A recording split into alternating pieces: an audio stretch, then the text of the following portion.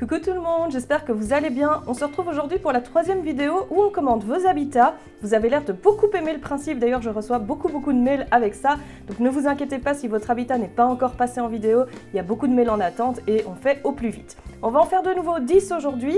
J'ai juste une petite remarque, non, une grosse remarque à vous faire avant toute chose. Si vous êtes sur notre chaîne, c'est que vous aimez nos vidéos, c'est que vous les avez vues. Vous le savez, je vous renvoie souvent à nos vidéos sur l'habitat. J'aurais cru que si vous nous suivez depuis longtemps, vous aviez vu cette vidéo. Je vous invite vraiment à retourner voir les bases de l'habitat du hamster parce que je reçois encore des photos de micro-cages vraiment pas adaptées. Ça veut vraiment dire que vous n'avez rien suivi aux vidéos qu'on a fait et je vous invite vraiment à aller voir parce que c'est important. Alors, on est parti avec Elsie Violette qui nous dit « Bonjour, j'ai 13 ans, je possède un hamster nain, Nuts. La litière, c'est du chanvre. J'ai enlevé le sable à chinchilla qui le faisait éternuer ainsi que le foin qui lui blessait les yeux. Je joins 4 photos de son habitat en espérant ne pas avoir fait d'erreur grave pour lui. Alors, elle me dit que l'enclos fait 55 sur 40 et que la caisse fait 95 sur 48. Alors, je pense que tu as dû te tromper. Ce que j'ai été vérifier, c'est une Dünafun classique. Les Dünafun font 55 sur 47. Donc la cage est vraiment trop petite. On est à 2500 cm², le hamster il a besoin de 4000 minimum. Donc c'est un petit peu plus que la moitié de ce qu'il a besoin. Le parc ça ne compte pas, tu peux pas lui laisser le parc en permanence comme ça on l'a déjà dit, on a une vidéo là-dessus. Le hamster il a besoin de creuser, il a besoin de pouvoir se cacher, il a besoin, voilà, il n'a pas besoin d'un parc comme ça. Le parc c'est pour toi pouvoir le surveiller quand il est en sortie. En plus ce genre de parc là, surtout pas, il va pouvoir s'échapper en 2 temps 3 mouvements. Donc le parc, ça ne fait pas partie de l'habitat. L'habitat, c'est 4000 cm² minimum en une seule pièce. Donc là, on a un habitat qui est beaucoup trop petit. Il n'a vraiment pas du tout assez d'épaisseur de litière. Il va falloir lui changer son habitat et lui mettre une bonne grosse épaisseur de litière. C'est très bien que tu aies pris du chanvre, ça c'est parfait. Ça veut dire que ça ne va pas être toxique pour lui. Il va falloir lui trouver du sable qui est un petit peu moins poussiéreux. Si tu veux, tu peux lui proposer le sable uniquement en sortie, si dans sa cage c'est un peu trop poussiéreux pour lui. Mais c'est important parce que c'est aussi un moment où il va pouvoir se détendre en fait. Ça va pouvoir lui permettre de se reposer un petit peu. Le sable a un effet aussi à la fois sur le mental et sur le physique. Donc c'est pas que pour nettoyer l'animal. Le foin c'est absolument obligatoire. Il va avoir des problèmes aux dents si tu lui donnes pas du foin. Il faut en trouver un qui est pas trop poussiéreux.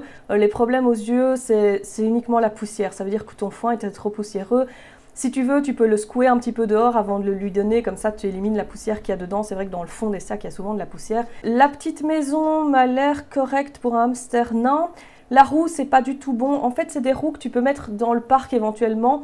Mais au niveau du dos, le hamster est toujours courbé sur le côté. Donc, il faut absolument lui prendre une grande roue de 20 cm, une roue droite. Alors, la boule pour hamster que tu as mis comme maison, il faut l'enlever parce qu'en fait, le hamster, il se coince les doigts dans les petites interstices là qu'on voit qui sont faits soi-disant pour respirer. Il se coince les doigts dedans. On a vu beaucoup de hamsters avec des doigts en moins à cause de ça. Donc, c'est dangereux. Et en bas à droite, je vois une pierre à sel. Il faut absolument l'enlever aussi. Ça bousille les reins, ça casse les dents. C'est pas bon du tout. Et enfin, l'alimentation n'est pas adaptée. Je pense que ça ira plus vite que je t'envoie voir toutes les vidéos de base sur le hamster. Regarde la vidéo alimentation, regarde la vidéo sur les boules de promenade, je pense qu'en avoir fait une. Regarde la vidéo sur l'habitat, comme ça tu verras un petit peu ce qu'il va vraiment falloir à ton hamster. Quand tu sors ton hamster dans son parc, il faut lui mettre beaucoup plus de choses que ça. Le but, c'est vraiment qu'il découvre. On a plein de vidéos sur les parcs. Voilà, j'espère que ça t'aura aidé. N'hésite pas à nous mettre en commentaire si tu as des questions spécifiques sur ce que tu veux acheter, etc. On t'aidera volontiers. Alors, bonjour, je m'appelle Constance, j'ai un petit hamster syrien, c'est une femelle, elle est à la maison depuis une semaine, elle s'appelle Amande. Son habitat fait 47 x 26, ce qui nous fait 1222 cm², ça veut dire que c'est un quart de la taille minimum recommandée. Nous n'avons pas encore trouvé une maison ou autre chose pour le dernier étage, elle a un peu à côté de sa maison en bois, litière de chanvre dans sa maison, du coton spécialisé pour hamster. Alors pareil, je vais vraiment t'inviter à regarder encore nos vidéos. En fait, je pense que tout est mauvais. Donc ta cage est beaucoup trop petite, ça veut dire qu'il faut au minimum 4 cages comme ça, enfin l'équivalent parce qu'il faut ça en une seule traite, mais il faut l'équivalent de 4 fois ce bac là pour un minimum. Il a besoin d'énormément de place, surtout que tu as un hamster syrien. Donc ça c'est vraiment important. Il faut une cage où tu peux mettre beaucoup d'épaisseur de litière parce que le hamster il va creuser, c'est vraiment son truc, donc il faut absolument voir ça. Les étages c'est vraiment quelque chose qui n'est pas nécessaire, donc essaye de voir pour une cage plutôt assez basse et plutôt en longueur. Pareil, n'hésite pas en commentaire à nous mettre tes propositions, ce que tu peux trouver comme cage, etc. Et on t'aidera volontiers à voir si c'est adapté. Le coton, je t'invite à l'enlever déjà tout de suite, parce que c'est très dangereux. Ça peut s'enrouler autour des abat-jour et autour des pattes. On en a vu énormément d'accidents avec ça. On a déjà beaucoup parlé aussi. C'est quelque chose qu'il faut que tu enlèves absolument et il faut lui mettre du foin à la place. Pareil, écoute, je t'invite à regarder nos vidéos sur l'habitat, vraiment en entier. On a toute une playlist sur l'habitat et comme ça tu verras un petit peu ce qui ne va pas, ce qu'il faut que tu fasses. Fais-toi une checklist, ce sera beaucoup plus simple. Éventuellement, avant d'acheter, reviens vers nous, viens nous demander si ça va, si tu as oublié des trucs, etc. Comme ça, nous, on viendra t'aider là-dessus et tu n'achèteras pas des choses qui finalement vont être reléguées au grenier parce qu'elles sont inutilisables. Alors, ensuite, on a Clara qui nous dit « Cage à lapin aménagée pour hamster syrien, dimension 100 sur 50 ». Notre première cage adaptée. Alors, en point négatif, je dirais qu'il faut beaucoup plus de litière. Alors, le hamster syrien, on a l'impression qu'il ne creuse pas, mais ils font pas vraiment des galeries comme les hamsters nains. Par contre, ils creusent énormément, ils farfouillent dans les coins, etc.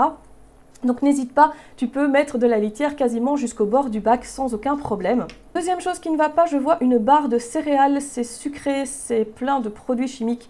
C'est vraiment à éviter si tu veux des friandises saines pour ton hamster, il suffit de donner un petit morceau de légumes ou de fruits, surtout que tu es hamster syrien, donc c'est pas compliqué. Et la roue est trop petite pour un hamster syrien, il te faut absolument une roue de 28 cm minimum. En dehors de ça, c'est un très bel habitat, on a des cachettes, on a le bol d'eau à l'étage, on a le petit pont avec le foin en dessous. J'aime beaucoup les petites maisons en espèce de foin et herbes compressées comme tu as au milieu. Je trouve que c'est vraiment chouette, le hamster peut la ronger sans danger. Le petit tuyau en plastique qui est près de la roue, c'est pareil, il faut que tu l'enlèves. Pour un hamster syrien, c'est trop petit. Pour un hamster nain, c'est parfait. Alors tu vas peut-être me dire, oui, mais il passe dedans sans problème. Oui, sauf que le jour où il va avoir ses abat-jour bien remplis de graines, etc., et qu'il va vouloir passer, il peut rester coincé dedans. Et il risque de se blesser à essayer de sortir. Donc vraiment, ce tuyau-là, enlève-le, il ne sert à rien. Sinon, c'est vraiment une très chouette cage. Honnêtement, rajoute de la litière, change la roue, et ce sera vraiment top. Alors, bonjour Mélanie, je te présente la cage de Vic, notre petit hamster russe, adopté au mois de juillet via l'association Adopte un rongeur. C'est une cage Alaska où nous mettons environ 10 cm de litière avec un peu de foin mélangé, plus foin dispo sous le petit étage, car monsieur adore creuser des galeries. Il a une gamelle d'eau en bas, il avait ça dans sa famille d'accueil donc on lui a laissé, et un biberon en haut qu'il utilise de plus en plus. Il n'est pas encore totalement apprivoisé, du coup j'ai laissé la gamelle avec la nourriture car il me permet de le faire venir. Pour le faire sortir et le manipuler, il reconnaît le bruit de mon doigt qui frotte des graines, mais j'espère bientôt ne plus en avoir besoin. J'adore tes vidéos. Alors, donc on a une cage Alaska bien aménagée, donc c'est pour un hamster nain. Ici, la roue convient très bien. Effectivement, les graines, une fois qu'il sera apprivoisé, n'hésite pas à les mettre dans la litière. Ce que tu peux faire aussi, c'est par exemple enlever les graines grasses de son mélange, donc les trucs qu'ils aiment vraiment bien, comme les graines de tournesol par exemple. Tu mets le reste sous la litière, comme ça lui il a de quoi s'occuper, et tu lui mets à heure fixe par exemple la partie grasse du mélange. La petite maison qui est sur le toit, là, par expérience les hamsters ont tendance à aller faire pipi dedans, et comme c'est sur du plastique, c'est pas top.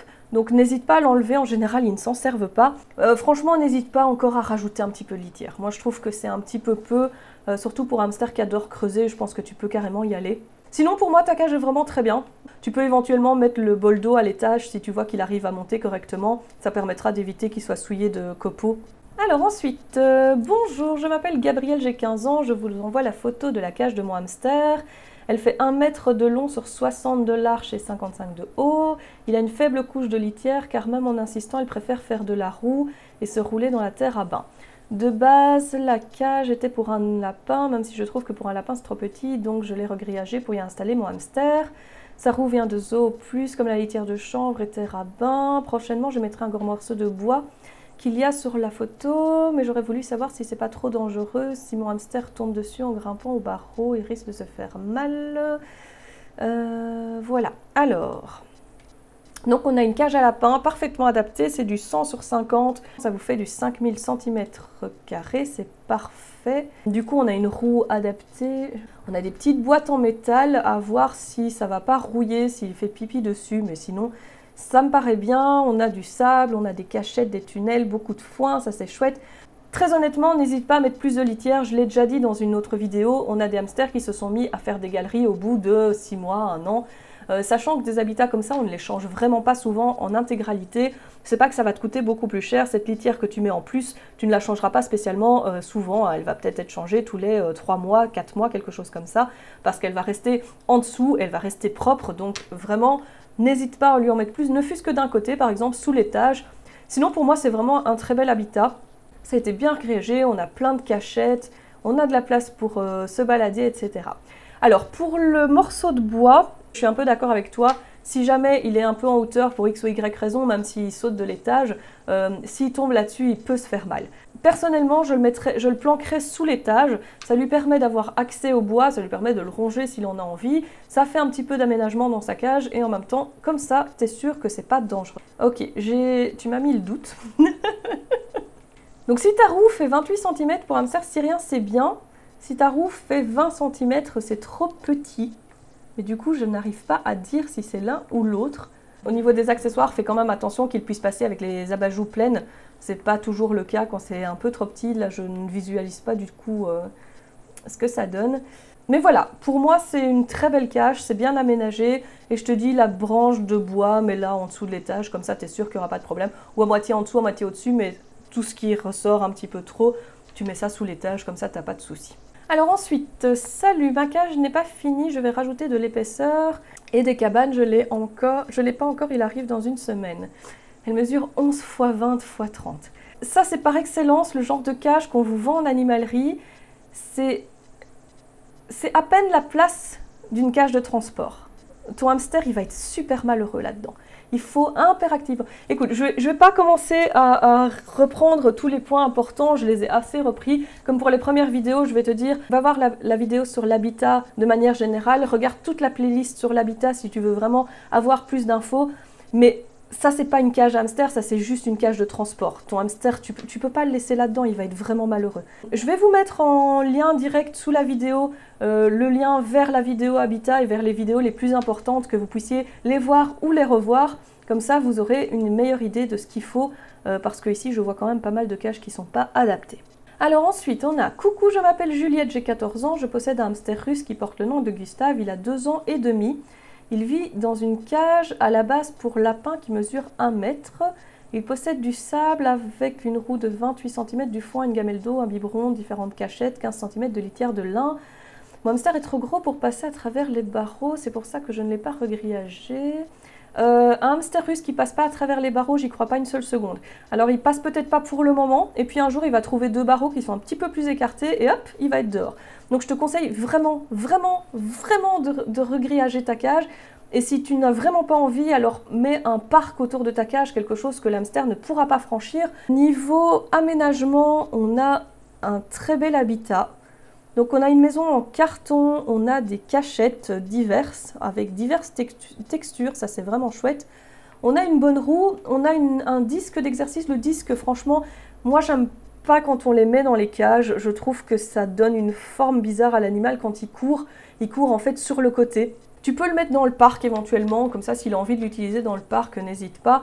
Et alors au niveau de l'alimentation, je t'invite vraiment à revoir nos vidéos sur l'alimentation parce que ça c'est pas du tout adapté. En dehors de ça, franchement, ta cage est très belle, il a de la variété, il a beaucoup de foin, il a une bonne roue, il a plein de cachettes, ça c'est vraiment top. Personnellement, je te dis, je regrillagerai et j'enlèverai la roue plate et alors changer l'alimentation. Sinon, c'est parfait. Alors ensuite, salut, je viens d'adopter mon premier hamster, elle s'appelle Tite Molle, c'est mignon. Voici sa cage, alors elle fait 13 pouces sur 48 pouces. Je compte mettre un couvercle très bientôt, j'ai déjà le grillage de près. Elle adore creuser et faire des tunnels. Donc, je viens de faire le calcul. Donc 13 sur 48 pouces, ça nous fait 33 x 120. On est un tout petit peu en dessous du minimum. Ça nous fait un total de 3960 cm² au lieu des 4000. Alors, tu as un hamster syrien. Ça veut dire que pour un hamster syrien, 4000, c'est déjà vraiment le strict minimum. On conseille toujours un peu plus. Donc, si tu as l'occasion par la suite de changer d'habitat et de lui offrir plus, n'hésite pas.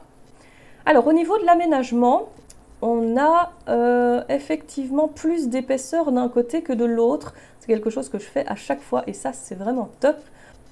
J'espère que depuis que tu as envoyé le mail, le couvercle a été fait parce que sinon, c'est vraiment risqué. Avec un couvercle, moi ce que je ferais en attendant, vu qu'il n'a pas encore la surface nécessaire, c'est remplir au moins la moitié de l'habitat de litière quasiment jusqu'en haut. Ce que tu fais, c'est que tu mets par exemple un gros carton au milieu pour séparer les deux, avec quelques trous dedans éventuellement pour que le hamster puisse passer. Par exemple, tu mets ta roue tout à fait à droite parce que la roue prend de la place et c'est vrai que du coup ça encombre vite l'habitat. En plus, ton hamster adore creuser, donc donne-lui la possibilité de creuser, vas-y à fond. Moi franchement, je mettrais les accessoires d'un côté, laisse-lui quand même la place pour faire des allées et venues. Le problème avec ce genre d'habitat, c'est qu'il est vraiment pas large et du coup, ça paraît toujours fort encombré quand on a beaucoup d'accessoires. Peut-être en enlever un ou deux, garde les cachettes, mets-les d'un côté, mets une grosse couche de copeaux de l'autre, vraiment, vraiment, vraiment qu'il ait la place pour creuser. Je ne sais pas ce que tu as comme copeaux. Bon, je suppose que tu es au Canada, donc tu n'as pas totalement les mêmes trucs que nous. Je ne sais pas ce que c'est comme litière, donc je ne peux pas trop aider. Les trucs gris, j'ai l'impression que c'est de la litière de papier, non? Back to Nature ou un truc comme ça. Mais bref, n'hésite pas à lui mettre une bonne grosse couche. Ce qui manque dans ton habitat, c'est du foin. Ça, c'est vraiment impératif. Il faut absolument, absolument lui en mettre. Et alors, cacher sa nourriture sous la litière. Mais je te dis, en attendant, si tu n'as pas la possibilité de changer tout de suite, n'hésite pas à vraiment, vraiment séparer et faire une bonne couche de litière d'un côté et les accessoires de l'autre. Coucou, tout d'abord merci pour ta chaîne que je suis avec plaisir. Je voulais avoir ton avis sur l'habitat d'Athéna, une Skyline Marrakech. Les dimensions sont 96 x 47. La litière c'est du chanvre, il y a un peu de fibre de coco pour varier. La roue fait 20 cm de diamètre. Je commence par les points négatifs. On commence à me connaître, c'est toujours le plus simple de commencer par là. Ta fibre de coco, elle doit être absolument humidifiée. Quand elle est mise sèche comme ça, en fait, c'est très volatile, donc ça va irriter les voies respiratoires du hamster.